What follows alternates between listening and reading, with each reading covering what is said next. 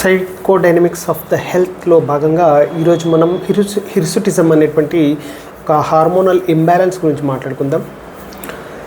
ఈ హిర్సుటిజం అనేటువంటి ఆడవాళ్ళలో జనరల్గా మీసాలు, గడ్డాలు, వెంట్రుకలు ఎక్కువ రావడం, ఫేస్ మీద టెస్టోస్టెరాన్ లెవెల్స్ ఎక్కువగా ఉండడం, ఇట్లాంటి లక్షణాలు ఉంటాయి జనరల్గా. సో ఫీమేల్లో మేల్ లక్షణాలు ఉంటాయి. అయితే యాక్చువల్గా వీళ్ళ యొక్క సైకలాజికల్ ఫీలింగ్ ఎట్లా ఉంటుందంటే, ఎందుకురా నాయన ఈ ఆడజన్మ ఎందుకు పుట్టాను, మగవాడిగా పుడితే బాగుండేది కదా, వాళ్ళకు ఉన్నటువంటి స్వాతంత్రం, ఫ్రీడమ్, ఎంజాయ్మెంట్, లైఫ్లో అన్నీ చేయొచ్చు, మనం ఏం చేయలేము అన్న ఫీలింగ్ వాళ్ళకి ఎక్కువ ఉంటుంది. బాయ్స్కి అన్ని రకాలైనటువంటి స్వాతంత్రం ఉంది, మనకు ఆ స్వాతంత్రం లేదు.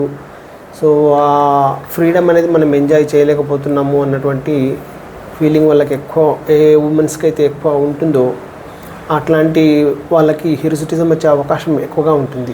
వాళ్ళు ఎట్లా అంటే మెన్ని వాళ్ళు మోర్ పవర్ఫుల్గా కన్సిడర్ చేస్తారు.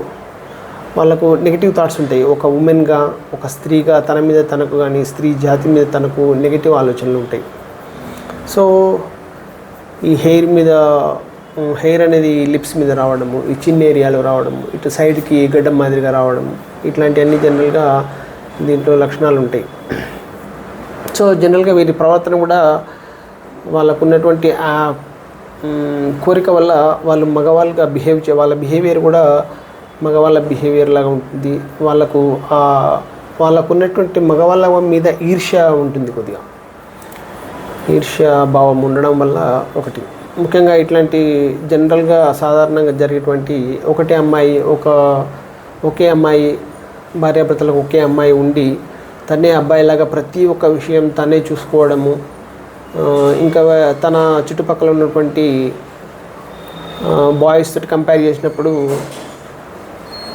తను స్త్రీని అన్న విషయం కూడా మర్చిపోయి వాళ్ళతో యాజ్ ఏ బాయ్ లాగానే బిహేవ్ చేస్తూ ఉంటుంది.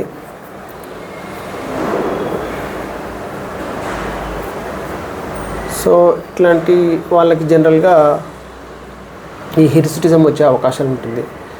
సో ఈ హిర్సుటిజానికి మైండ్ యొక్క ఆలోచన విధానానికి లింక్ అనేది కేవలం సైకోడైనమిక్స్ ఆఫ్ హెల్త్లో మాత్రమే తెలుస్తుంది. జనరల్గా వీళ్ళు హార్మోనల్ ఇంబ్యాలెన్స్ కింద చెప్పినప్పటికీ అది రావడానికి కూడా కారణము మెంటల్ స్టేటసే.